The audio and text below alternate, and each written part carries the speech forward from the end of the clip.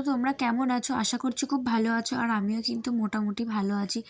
তো আমার একটু শরীরটা খারাপ আছে, তো তাই জন্য ভয়েসের একটু প্রবলেম হতে পারে, তোমরা প্লিজ একটু মানিয়ে নিও।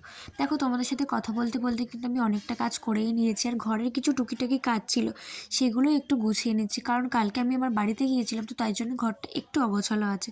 তো তাই জন্য সেইগুলো একটু গুছিয়ে নিচ্ছি। তো ভিডিওটা দেখো, দেখতে থাকো, আশা করছি তোমাদের খুব ভালো লাগবে। আর ভিডিওতে কিন্তু অনেকটা ইন্টারেস্টিং জিনিস আছে। তো ভিডিওটা চলো দেখতে থাকো। আমি কালকে আমার বাড়িতে গিয়েছিলাম, তো তাই জন্য আমার দিদিও এসেছিলো, আর আমার জন্য কিন্তু অনেক কিছু খাবার নিয়ে এসেছিলো। দেখো, কত চিপস, চকলেট, কেক, আরও অনেক কিছু ছিল। আর আমার ঘরেতে কিন্তু দেখো এই টেডিগুলো আছে, আমার কিন্তু খুব ভালো লাগে, তো তাই জন্যই রেখে দিয়েছি। আর এইগুলো কিন্তু আমি ছোটোবেলায় খেলা করতাম, তো সেই জন্য আমি বাপের বাড়ির থেকে শ্বশুরবাড়িতে নিয়ে এসেছি। তো চলো স্নানটা করে নিই, তারপর তোমাদের সাথে আবার দেখা হচ্ছে। তো দেখো, স্নান করে আমি চলে এসেছি, আর এখন একটু ক্রিম ট্রিম মেখে নেব। তো নেওয়ার পরেই আমি কিন্তু পুজোটা দিতে যাব। আর আমার কিন্তু প্রচণ্ড ড্রাই স্কিন, তো তাই জন্য গরমকাল শীতকাল সবসময় কিন্তু আমাকে ময়শ্চারাইজার মাখতেই হয়, আর একটু ময়শ্চারাইজার ছাড়া থাকলে কিন্তু আমার ভীষণ প্রবলেম হয়। তো দেখো, আমি এখন ময়শ্চারাইজারগুলো মেখে নিচ্ছি।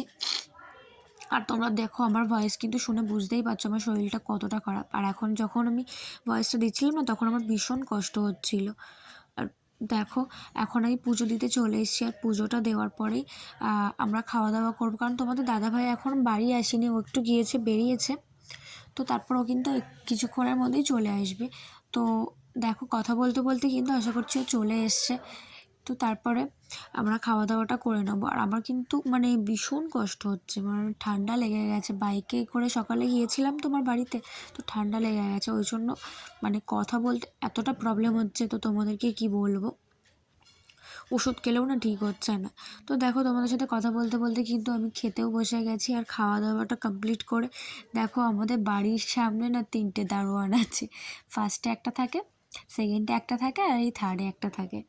তো দেখতেই পাচ্ছ, এরা কিন্তু ভীষণই বাড়ির ভেতরে কেউ একটা আসলেই তোমার ঘেউ ঘেউ ঘেউ করে উঠবে।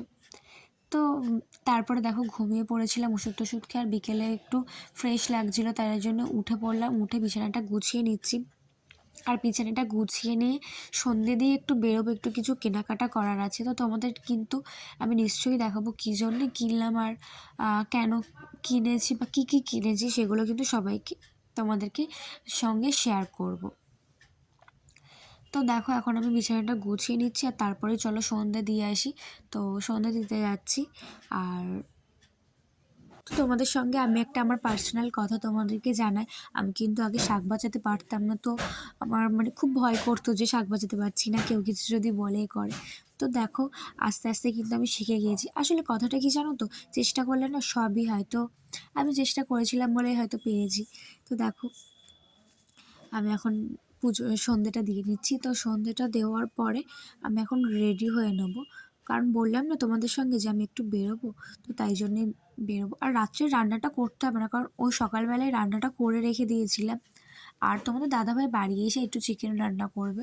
আমি দুপুরে ভাত করে রেখেছিলাম, আর রাত্রে চিকেন দিয়ে খাওয়া হবে, কারণ আজকে রুটি আর করবো না, আমার শরীরটা খুব খারাপ বলছি, তো ওই জন্যে। তারপর দেখো, বেরিয়ে একটু ফুচকা খেয়ে নিচ্ছি, কারণ ফুচকা দেখে না আর কিছু থাকতেই পারি না। আর তারপর রাত্রে ডিনারটা করে নিলাম। তো ভিডিওটা কেমন লাগলো প্লিজ আমাকে কমেন্ট করে জানিও, আর ভালো লাগলে লাইক শেয়ার সাবস্ক্রাইব করে দিও। Love you all.